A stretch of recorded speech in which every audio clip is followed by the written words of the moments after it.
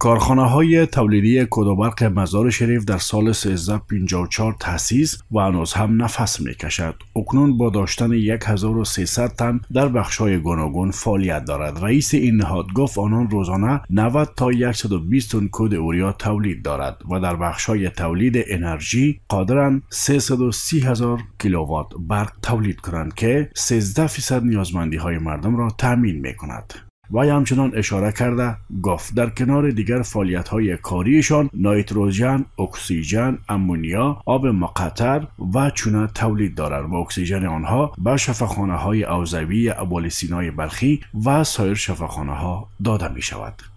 وی درباره اجراات یک سال پسین اشاره کرده گفت در این مدت 35,219 تن کود کیمیاوی 50 کیلویی با نام اوریا تولید و به مارکت عرضه می نمایند. رئیس نهاد همچنان پیرامون عواید به دست آمده اشاره کرده گفت آنان از این رهگذر 848 میلیون و 325 هزار و 120 افغانی عواید نیز به خزینه امارت اسلامی آویز کردند. تنی از مسئولان این نهاد می افزاید اگر ماشینالات و تجهیزات آنان ترمیم و فعال شود تولیدات داخلی افزایش خواهد یافت و آنها طرحهای پیشنهادیشان را جهت رفع مشکلات به مسئولان امارت اسلامی سپردند.